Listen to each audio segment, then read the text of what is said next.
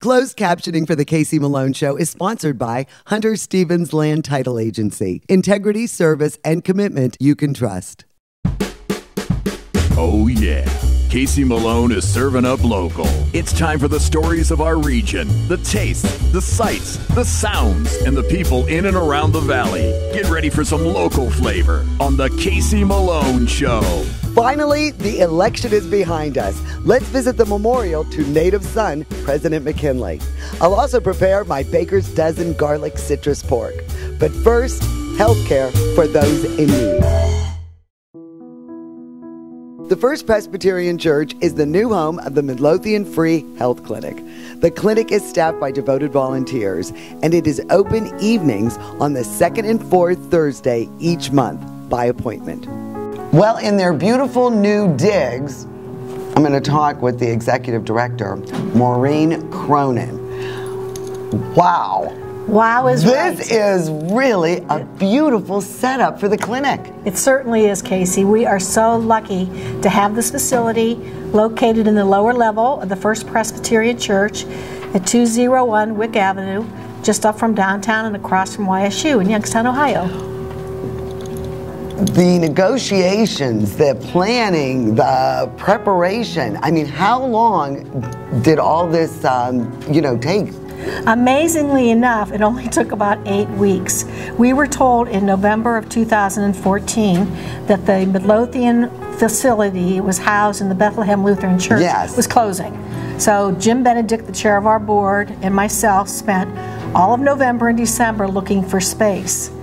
However, during that exact time, Youngstown State University was negotiating with Pastor Carolyn Griffith of the First Presbyterian Church about opening a satellite office to house their physical therapy department and to treat patients. So we teamed up with Pastor Carolyn. How did this all come to be? It's interesting that you would ask that question. We have been in conversation, our congregation, for a long time about our presence here in downtown Youngstown. What can we do for our neighborhood?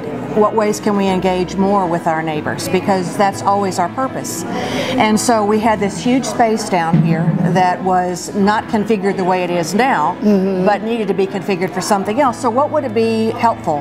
What thing could we do, what ministry could we do down here that would be helpful to our neighborhood? And all of a sudden, we got in conversation with YSU, Dr. Joe Mosca from YSU, and found out that the Midlothian Free Health Clinic was no longer able to stay in their current location. And this happened right about this time last year. And so they came in and looked at the space, and as I said, our congregation had been talking about what could we do with this basement space that would be beneficial. They came in and took a look at it and said, this is really wonderful. It would be a great space for us. I cannot believe it. Your name is Tracy Jordan. Has been for, well, I won't say how many years, but I love that character. I absolutely love him. I get that all the time. You must get that all the time. All the time, except when it comes to paying my credit card. When I'm trying to get free dinner at Olive Garden, it doesn't work then. They're like, okay, Aunt, I'm Eddie Murphy, so keep it moving. You know? What got you involved in this way back in the beginning? Well, our minister and the nurse, one nurse that was going there named Miriam Whetstone, the two of them thought it would be really nice to have a free clinic and or to have a clinic. So they talked about it, and little by little it became a reality. And what about you, Carol? Where was your area of expertise? My area of expertise was at Northside Hospital, Valley Care now. I worked there for almost 30 plus years off and on. Bree Hunter is a volunteer here, and you're kind of like a candy striper. And how did you get involved with the clinic? Well, I'm a senior member of Austintown Fitch NHS, and we're required to get so many volunteer hours a year. So my mother came to me and told me that they needed volunteers for the clinic, and I obviously jumped on the opportunity because I love helping people, and I mean, I have to do it anyway, so why not do something I love? Well, the clinic's new home began because of the collaboration between the university and their physical therapy school and the church. And then it added on to the clinic. And Levon Johnson, you are taking advantage of the physical therapy here. Yeah, they do a great job. They really help me. They give me things that I can do at home so that when I come here, each week I can increase my abilities. So. You were really the one who kind of wrapped this whole package together, you know, being on the board at the clinic and then bringing this in. But there were a lot of other people that helped put this together. Dr. Landgraf, she's the chair of the PT program. Dean Mosca, Joe Mosca, from the College of Health and Human Services. We have a rather large grant, the Senefani grant for vulnerable populations over at YSU, and through Dean Mosca and Dr. Landgraf, we were able to bring forward some funding to allow us to put together the program. I love your new digs. I mean, this is really nice. Yeah, we love them too. We love them too, yeah. And you know, now that the affordable health care is in place and because of Medicaid, what are you seeing differently in the patients you do have? I know they've decreased. We target, the clinic's target is for patients that have not enough income to afford insurance, but they have too much income to qualify for public assistance. So it's all the people that fall between the cracks. So even though Obamacare is out there, there's still a large number of people that fall between the cracks with that. And so we take care of them, and there are a lot of people in transition. They've just lost a job, they're waiting to get benefits, people just released from prison, transients moving through the area or coming in the family, coming back to the area, they've been elsewhere and lost job or insurance or whatever. So it fits a pretty big need overall for the community. You may not be able to do anything medical, but there's a lot of things you can do to just help the guy out next door. So I think that's a big part of the message of what we do here. The Casey Malone Show will be right back with more local flavor. Well, this is for you, Phil. Happy anniversary! Cheers. 4 years at the tree. So what have we learned? It's been a great journey. What we have learned is that people want to come to celebrate here at Magic Tree. We have these beautiful signs for every occasion, and for my wife and I over the last 4 years, to be able to do what we've done for the community with fundraisers has been very dear to our heart. And what do you see coming up in the future? Well, we have a huge building. We have incredibly good craft beer, incredibly good food we make from scratch, and our wine on tap. We have something for everybody here at Magic Tree Pub and Eatery. I want everyone to come down and let us create a memory for them. That's right, and I love that they have the trays to go. Party, pick it up, take it to the office, take it at home, and you can party at the tree no matter where you are. Congratulations. Good job.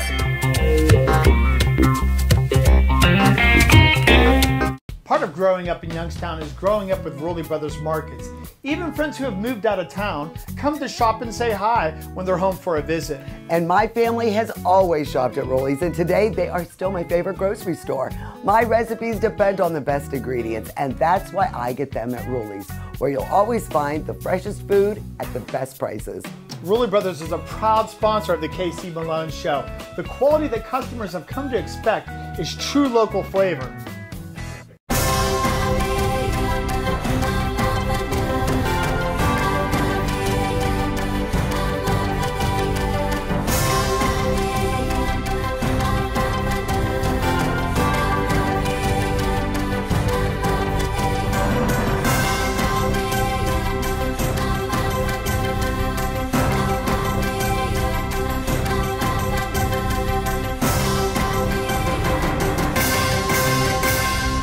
Hurry into a Spitzer location near you to enjoy the lowest prices of the year on some of our best-selling 2016 models. You can save thousands on your new vehicle with the Spitzer Model Year-End Sales Event.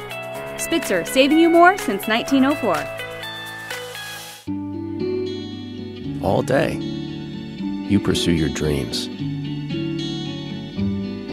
And all day, I pursue mine. Knowing we are always there for each other. You are my best friend, my true love. Together, we shine twice as bright. The Ever Us Two-Stone Collection. Forevermark. A diamond is forever. Available at Kamara Jewelers. At R&S Paint, you get more than a can of paint. You get easy to apply, long-lasting Benjamin Moore color. Get more at R&S Paint, Youngstown, Poland Road, and Struthers.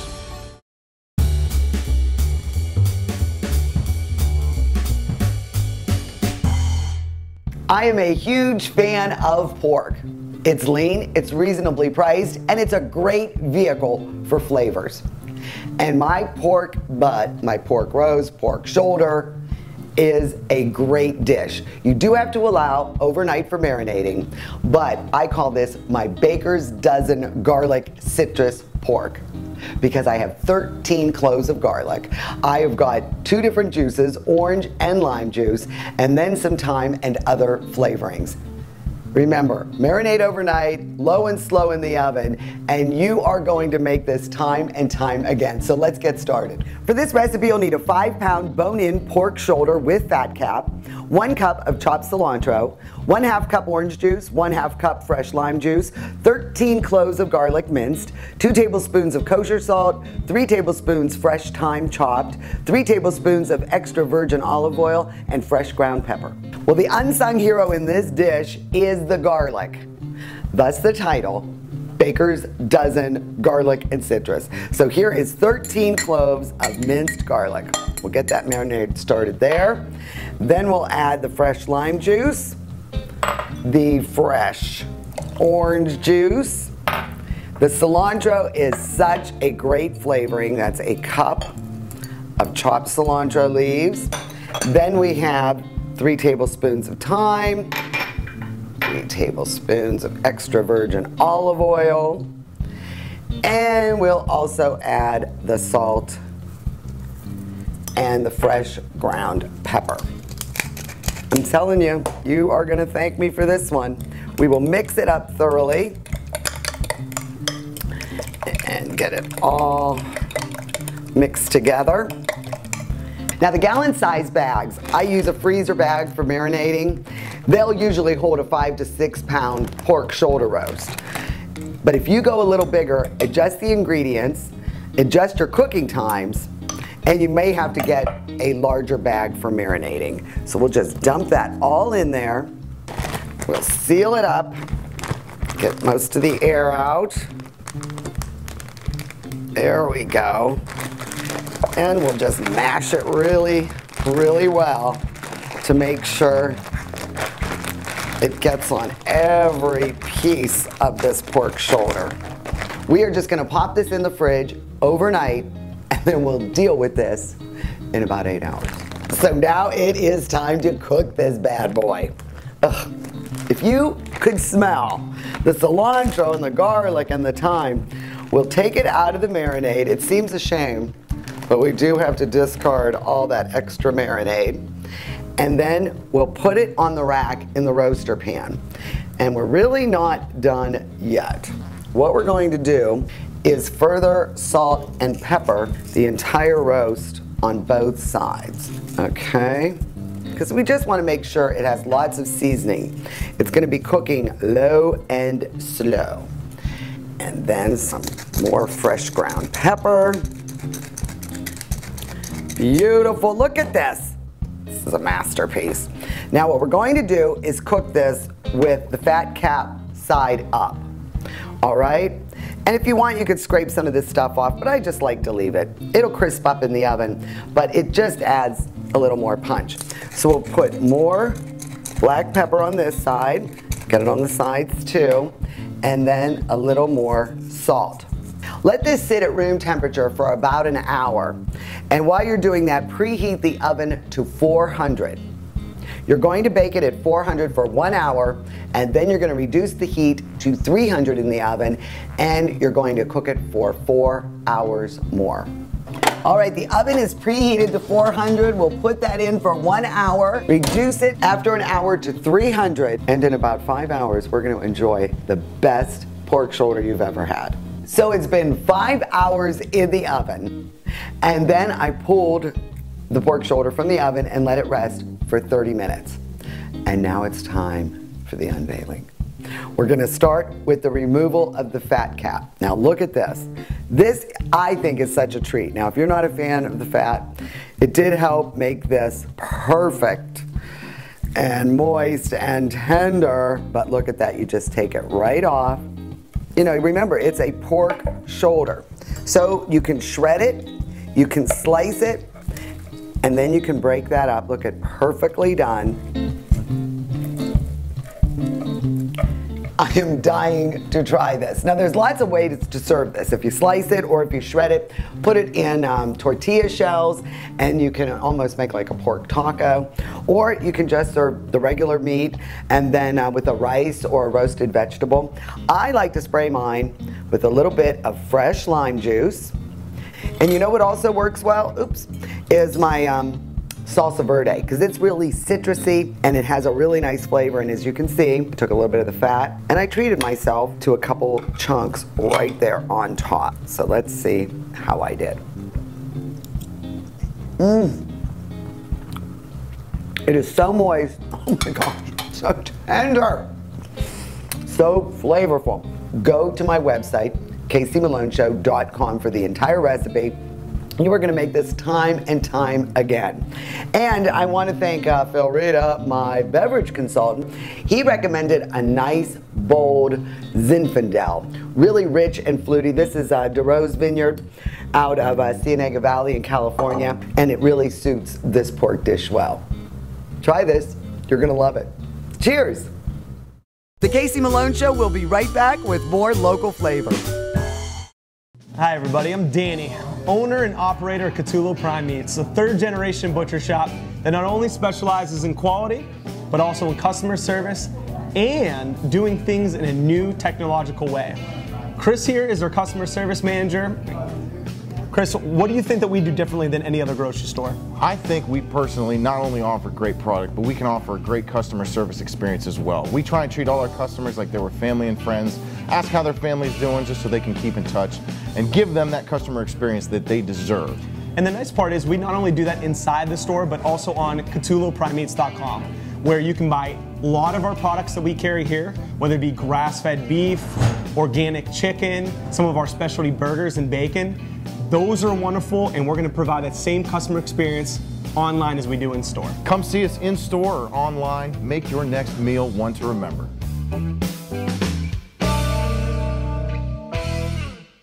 Cerny means trucks. For over 50 years, the Cerny family has been the area's leader for medium and heavy-duty international trucks. New or pre-owned, Cerny means trucks. Easy to find. Cerny Motors is conveniently located at Route 46 and 80. At Cerny Motors, no job is too big or too small. Cerny Motors service will keep you on the road. For service, parts, sales, lease, or rental, Cerny means trucks. Hurry into a Spitzer location near you to enjoy the lowest prices of the year on some of our best-selling 2016 models. You can save thousands on your new vehicle with the Spitzer Model Year-End Sales Event. Spitzer, saving you more since 1904.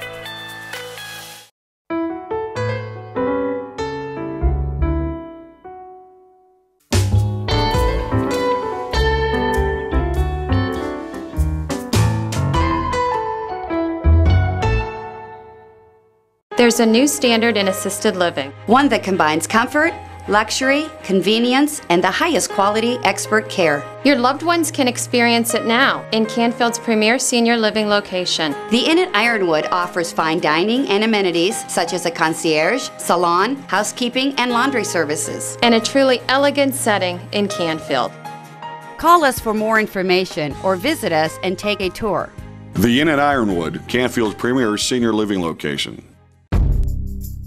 Pursue your passion for craft beer at Mortals Key Brewing Company in Jamestown. We've unlocked old world recipes with the finest ingredients, small batch care, and an artistic nonconformity. Enjoy craft brews by award-winning brewmaster Sean McIntyre. Open all year. Visit our tap room across from Pymatuning Lake. Find some freedom. Mortals Key Brewing Company. Right here on Main Street in downtown Niles is where you'll find the McKinley Memorial Museum and Library. It is something that I have taken for granted. I've driven by it hundreds, if not thousands of times, and have yet to visit this national monument loaded with interesting history, beautiful architecture, well-kept grounds. Let's go inside and find out more about this memorial that honors our 25th president. We are here with Patrick Finan. He is the director of the McKinley Memorial Library here in Niles. And I'm sure you've got lots of facts on President McKinley. Yes, I do. He was our last United States president to have served in the Civil War, the only one to enter as an enlisted man and ended up as an officer. He was also our last United States president to have gone to his inauguration in a horse-drawn carriage. You've learned a lot about the president since you've taken over the directorship. Yes. And what are some of the things that you really admire about William McKinley? He was for the gold standard, so we would have a very strong dollar to support our economy. He brought the country out of a deep depression, and he was kind of one of our first modern campaign presidents. He and his cohorts started to use a lot of different tools to get himself elected president of the United States. They used buttons, umbrellas, things that posters, were never used before. Correct. This is really such an impressive memorial. Give me the background on how it was erected. After President McKinley was assassinated, Canton built a tomb for President McKinley's remains. Well, Joseph Butler, who had gone to school with President McKinley in a one-room schoolhouse on the memorial grounds, wanted some type of memorial to President McKinley in his hometown. So in 1910, he got an act of Congress passed that permitted him to raise the funds to build this memorial. Construction was started in 1915 and finished in 1917. President Woodrow Wilson was supposed to come to the dedication of the memorial. However, with the start of World War I, he was unavailable to come. So President Roosevelt filled in for Woodrow Wilson.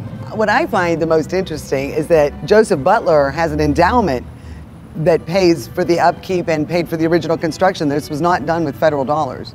There is not a cent of federal dollars in this building. It's all locally funded and nationally funded.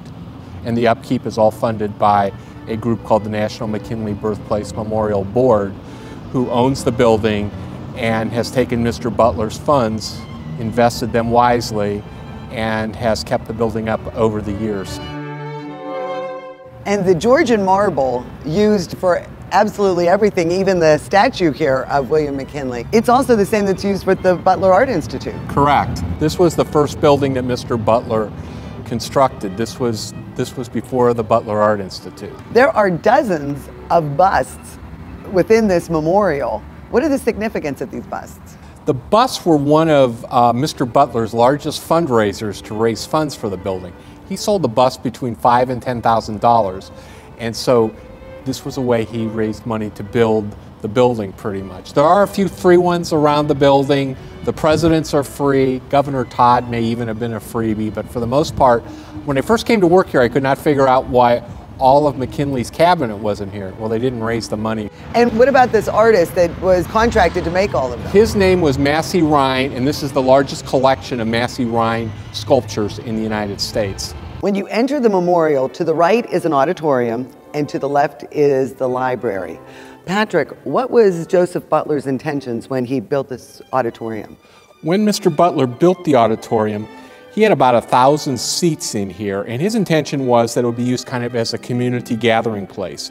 Plays for the community, events that the community would sponsor, along with the fact that he hoped that there would be symposiums of national interest of the day. Interesting fact about William McKinley, that the character, the wizard, in The Wizard of Oz, is based on William McKinley. Yes, when Mr. Baum wrote it, he wrote it as an allegory. He wrote around the time President McKinley was president, and President McKinley was supposedly the wizard.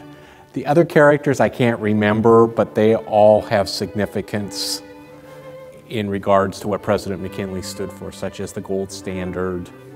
Across from the auditorium is the library. Patrick, why is Henry Clay Frick so prominently displayed here? Mr. Butler wanted to put the public library for the city of Niles in the memorial. However, he didn't have enough money. So he was going to go to New York City and stop and see Andrew Carnegie. Along the way, he stopped in Pittsburgh and talked to Henry Clay Frick, who had worked for Mr. Carnegie, By this time, Mr. Frick and Mr. Carnegie were enemies. Mr. Butler told Mr. Frick what he wanted to do. Mr. Frick said, "Here, I'll write you a check right on the spot for $50,000 to put the library in the memorial." Just a block down from the McKinley Memorial is William McKinley's birthplace, and that's the whole reason we have the memorial here in Niles. Yes, he was born on this site on January the 29th, 1843. And the library built a reconstruction of his house starting in 2002, finished it in 2003, and opened it as part of the Ohio Bicentennial. This is a dinner pail. And back when President McKinley was running for office, one of his campaign slogans was the full agent of prosperity. And a dinner pail meant that if you ate a full dinner pail when a fellow went to work, a working man, he was doing very well. So this was kind of one of the symbols of the president's campaigns for the presidency. So tell me about the man who assassinated McKinley. Leon Czolgosz, who was born in Michigan, around Detroit, and worked at one of the steel plants up in Cleveland. He went on strike. He was fired for being on strike. He tried to go back to work under an assumed name. He was caught. At that point, he became an anarchist. So he kind of followed President McKinley around the summer of 1901. Went to Buffalo when he went to the Pan American Exposition, and on September the 6th was admitted to shake the president's hand. Mr. Czolgosz, about halfway through, came up, had his hand was bandaged, opened it up, shot the president 2 times. First bullet really didn't do any damage. The second bullet did some damage. The president immediately crumpled to the ground. He was operated on that evening, didn't really get the bullet out. He seemed to have gotten better for a few days and took a turn for the worse about the next Wednesday and died on September the 14th, 1901. My show is always on. Watch previous segments at CaseyMaloneShow.com. Sponsored by the Ingram Law Office. The Casey Malone Show is sponsored in part by Denise and John York and the DeBartolo Corporation.